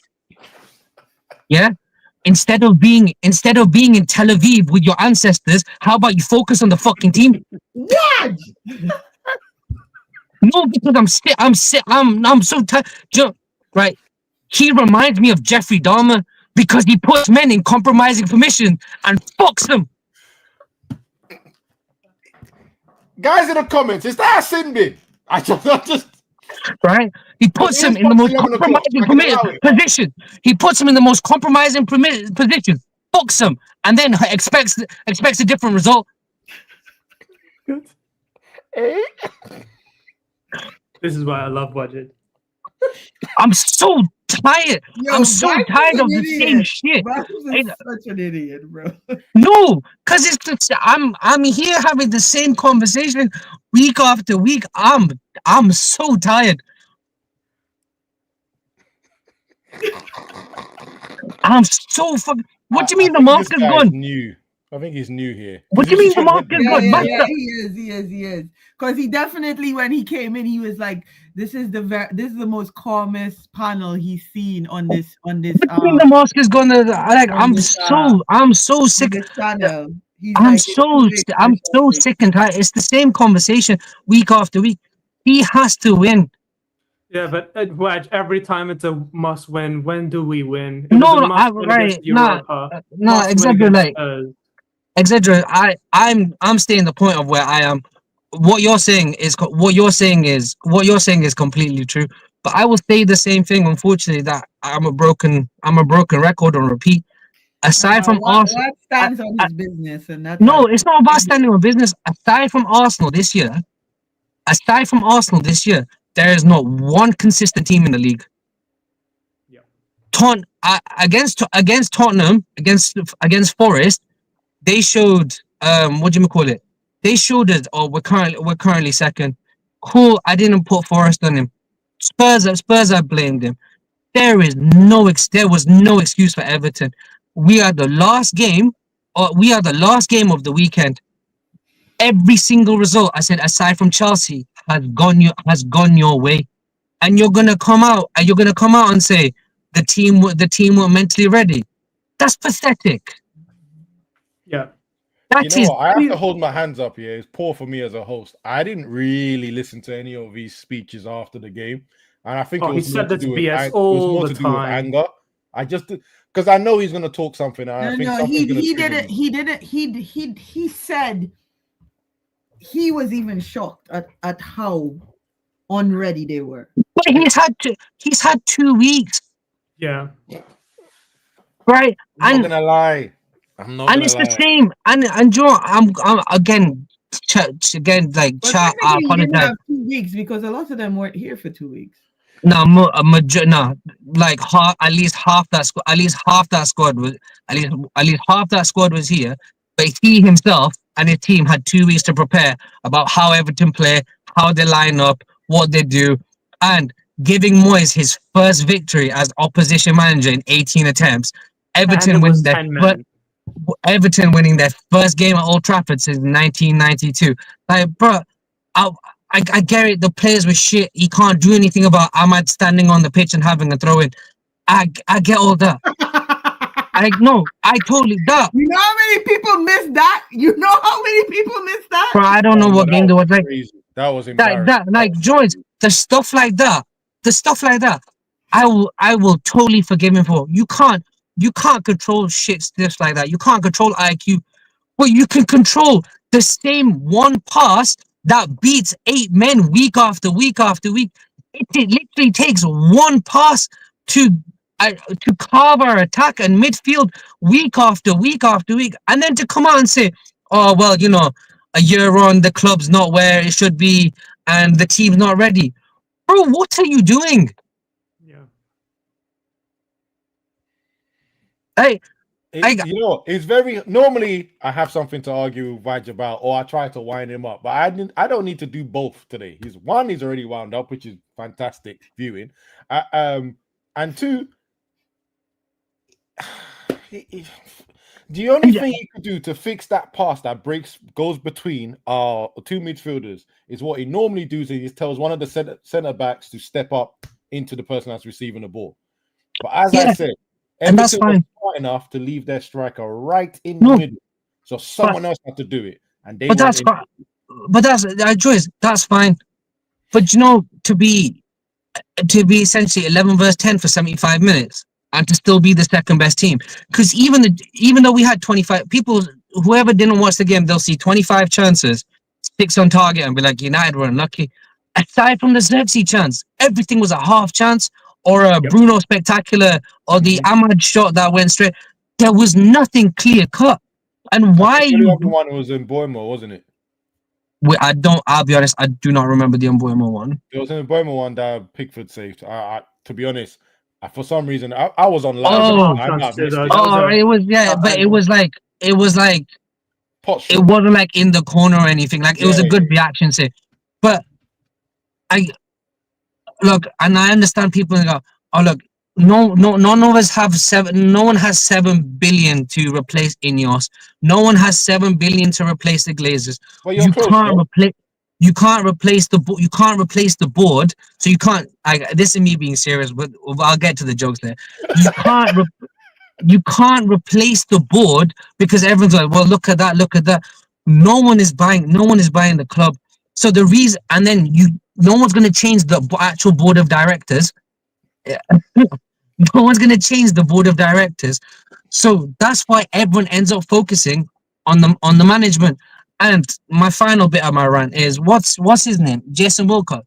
Since that shameless interview where they walk around Carrington and he pat himself on the back and gave himself a verbal blowjob about how great he is. We've not won a game since. Yeah.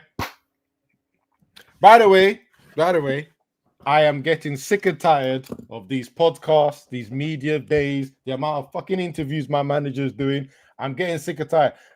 Man United never learned of just working in the dark. You keep telling all our opponents what you want to do next. Anything you do now at this point is going to be more expensive. And I'm not even going to bring up the debacle of the fucking stadium and the land that was meant to be building it on. You just all of a sudden just said it. Oh, we're going to build up here. Then the price of it doubled. Are you dickheads? You hadn't even bought the land yet. Then you went to go and do the press conference about it. Work in silence. Fuck off your podcasts. And all the rest of that malarkey. Work in silence. Sorry, that triggered me because I've been waiting to say that. We've never had a conversation about it. And to not win after the guy says, we're getting there, but we need more to do. You think? You think? And look, my final point on my right. Liverpool won the title last year. Liverpool fans want slots head. Yeah. Real Madrid are currently top of the league, and they do not like the way Alonso plays football. The players are complaining, the fans are complaining. They want a lot. They want Alonso's head. Why is it that why is our fan base the only fan base that consistently says a man who finished 15th openly said, "I'm not focusing on the league," then shut the bed in the one game that was important last year, and haven't kicked on this year after he's had a brand new £200 million attack? Why is this man allowed? Why is this aforementioned allowed more time in this fan base? I said he was going to be here till the end of the year. Yeah, I hold my hands up and I'm fully ready to accept that. But there hasn't been anyone who has given me a cohesive argument or a cohesive discussion as to why, given the history, even if you like ignoring last year, everything like that, what everyone wants to do. I'm not mentioning Grimsby because no one wants to talk about Grimsby because Grimsby never happened according to this fan base, yeah. But I'm like, what? There's not been a single person who has given me a cohesive, a precise, and an actual discussion point as to why this man deserves more time. And Abs, I've openly stated since August, yeah, I was more than happy to be here at the end of the year and say I was wrong about this and stuff like that. I've said that about him. I've said that about Acuna because I have no problem being wrong on the internet, right? And if he does turn around in fourth place, I don't know if I can give him credit. I don't know if I can give him credit for the performances because the league is so bad this year. Yep. Anyway, rant over. I apologize. I've taken more time. No. You came late. It was your time. It was your time. And you know what? Because I'm one of the people that have had the conversation with you, even I can tell you, I can't give you a reason, an out-and-out reason that you can see clear as day. He also said we're not ready. Amram also said we're not ready for Europe as well, by the way, as well. And no, that Exedra, that happened. That happened with that. Still, I'm not gonna lie to you. Exedra. Also, that happened last year. Yeah, that happened last year. It doesn't count if it was last year. Remember? Yeah, I'm not even saying that. Yeah, when he said that, I agreed. And but actually, I don't disagree with him. I don't think these players are ready for Europe. Yeah, exactly. But what did I say at the beginning of the show? I said him being the manager or not, Watch. I don't think the players that we have are ready for Europe. It says it does not matter whether the players are good enough for Europe. Yeah, unfortunately, I'm going to be that standard merchant. So again, I apologize. You cannot say that as Manchester United manager. Yeah, agreed. There are things in that point, yes, I agree. But the actual outside of that, if we are really to deep it, these players that we got, him being manager or him not being manager, these players are not ready for Europe. Okay, sis, that's fine. But there were many people that openly stated that having the extra training sessions and one game a week was gonna fit. I wasn't even mentioning names, man. I genuinely see me. Unlike most people that chat shit, and then when you call them out, they don't admit what they've said. I'm not. No, I wasn't. I genuinely forgot you were one of those people. I wasn't mentioning. I was loud about it. But sis, we're essentially in December now. Like the Palace game is the last game in November. We are in December. He's had one game a week. He has proven strikers. He got rid of the bomb squad. 200 million. He chose to keep Bruno, keep him in the middle. Yeah, this man is the most backed man of any management under a structure that most people consider the most organized structure in the last 12 years in the club. He's even the manager that's overseen the new training compound, which is amazing, and etc. All my consistent and only question to anyone is, why has the football not improved, and why is this man coming out week after week saying the same shit, saying the team's not ready, we're not at the stage we need to be? Why is it the same fucking things all the time? And then number two, and I know he'll never change the formation, but in what coaching handbook does it say you can only rigidly play one formation at all times? You cannot move away from the singular formation. You cannot flex from this formation. And that's why I made the comparison between that Milwaukee gentleman, whose name I won't say again. Right? Why does all these players have to be shoehorned into this system with no flexibility, no change, no sort of anything? And this man's coming out and said, "I've made tweaks and I've learned about the Premier League." Brother, you clearly haven't. No. I don't give a shit what you say. Yeah, like I don't have no badges and stuff. I'm just a kid who played football at a decent level. I'm just a kid who played football at a decent level. Yeah, but you clearly haven't changed as much. And as then you say. decided to chase girls. I mean, Latinas are Latinas, you know, what can I do? I'm saying. Also, since we're all doing credential stuff, tell them where level you've played at. It's in here, man. Of the 5-a-side, don't you dare let anyone question where you played, bro. It's all right, man. Like, but I ain't here like that. Look, all I know is I played at a good level. I wasn't good enough to make it. I wasn't good enough to make it. Half the people would dream of at that. Yeah, but I was like, I can also openly admit I wasn't good enough to make it to that next level. I didn't have that dedication. I didn't have that drive. The man said that make Latino women great again, bro. Or was it your parents making you do accounting to make sure you made money? It's a good thing I wasn't an accountant. I'm an investment banker in it. So hey, there you go. Shake Wadge. For those who want to know my degree, statistical maths and economics.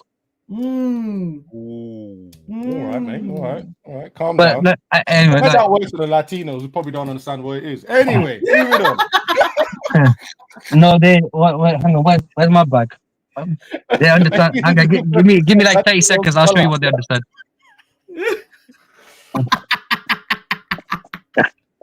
By the way, can I just put a comment up because it made me giggle, and based on some of the shit we do in our group chat, yeah, that is the craziest two things you can put in a sentence. Ruben Farage is right wing and inshallah.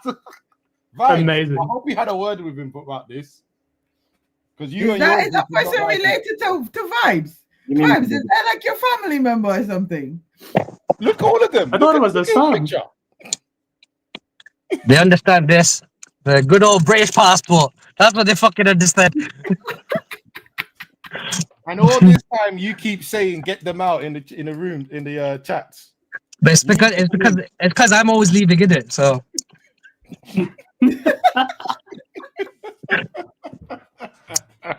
I just anyway, all joking aside, he needs to win on Sunday. Like there's no excuse anymore. Do you know what's so funny, right? Because I asked for 12 points in the next 5 games. I think mine can still run.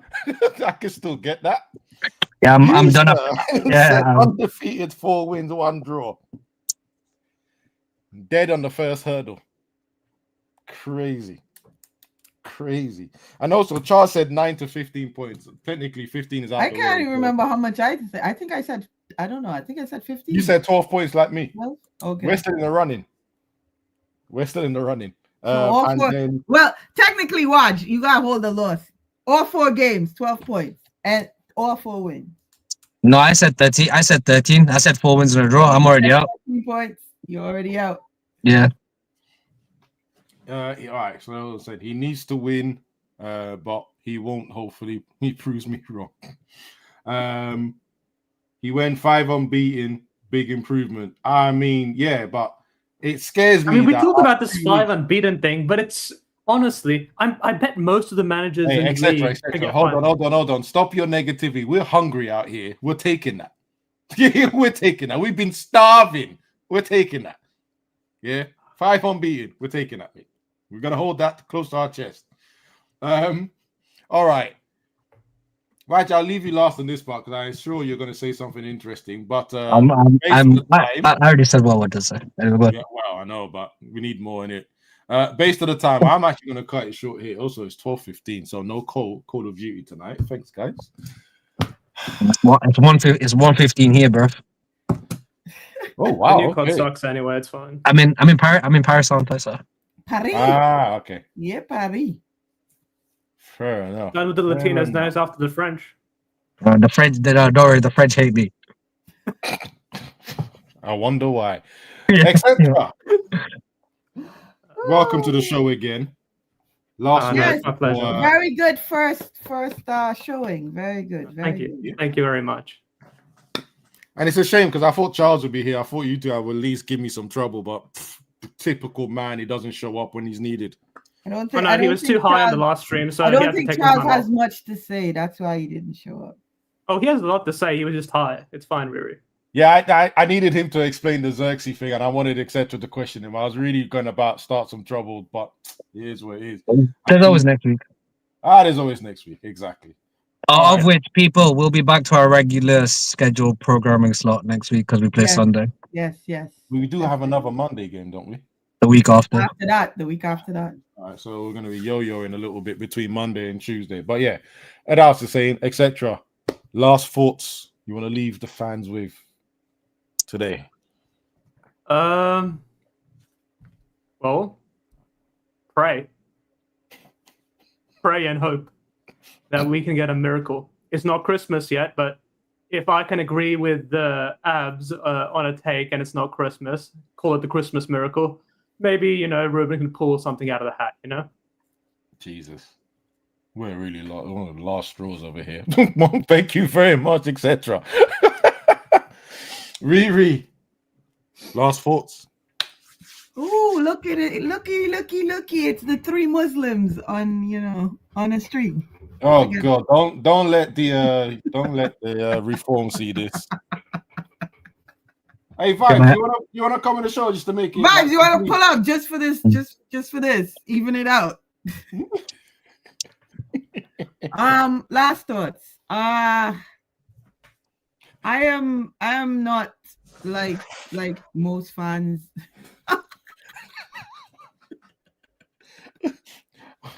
What's been going on in the group for the last month? That part there killed it. Oh.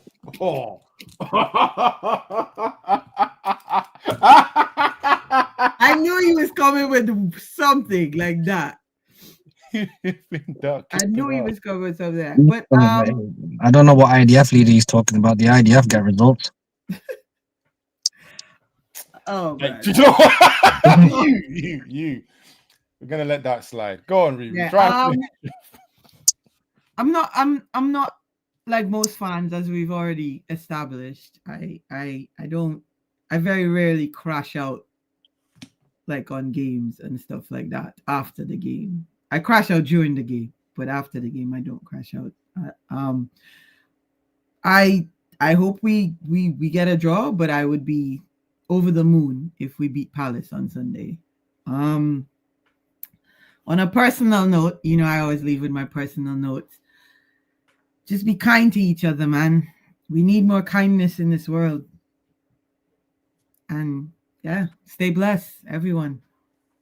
Thank you so much, Riri. See you soon.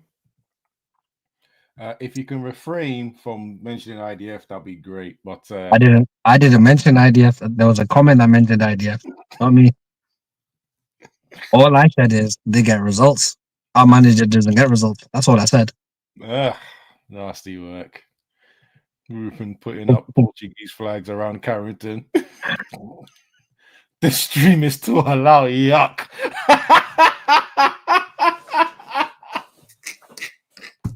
Don't worry. That's what the morning streams are for. I have to be calm tomorrow morning if there's a morning stream. I can't. I'm not, bruv. I don't have the time to call in. I shouldn't have called in this morning because it just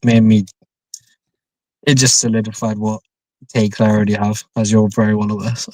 Anyway, he has to win. There's no excuse. This is now gone beyond the point of Ruben in, Ruben out, Ruben shake it all about. Top four is a must. There is no excuse. I know I said European football, but given the way the league's playing out, I know we're all crashing out. We're still only 3 points behind Villa. There is no excuse anymore. He has to win the next 4 games. The football has to improve. You've got your players. You're the one that's chosen not to play Kobe, Xerxes. Now your players are going to AFCON. Yeah, let's see the manager you are. That's it. And I'll catch you later. All right. Later, boss. Why just sounds like he wants to cry himself to sleep? No, on the holiday tour he's going on, he'd be fine. All right, guys. Thank you very much for attending. My last thoughts is, you know, earlier I said I think we're losing. I'm going to stick to that, right? But actually, I changed my mind again. I want to win against Palace. I think we owe them one, especially if our record is as bad as I think it is, and we haven't beaten them in 5 games, which includes 3 losses. So, need a win. Need to get back to that unbeaten phase that we were going through. Do I see it happening? Well, he has to make the right choices. For instance, do not break up a partnership that is working. So, if you can do that, we have a chance. So on that note, guys, thank you very much for attending again. The likes were quite good as well. Thank you very much for that. And we'll probably see you tomorrow morning when utter madness is due and the uncredented people, the non-coaches, the halfway fans will start talking and putting their opinions into the atmosphere. Oh, you crackheads. Have a good night. Drop a bomb, bomb, bomb, bomb. Back with a vengeance. KG's back with an entrance. Big up to those in attendance. Ooh, look at that. Reds come together like Tetris. No rules, this one's reckless. None can compare with the KG done. Better take it when he drops that. Going on reckless, just it's on. It's that time when he drops that. Bomb, bomb. Who are you on? Your club! I said drop a bomb, Dad.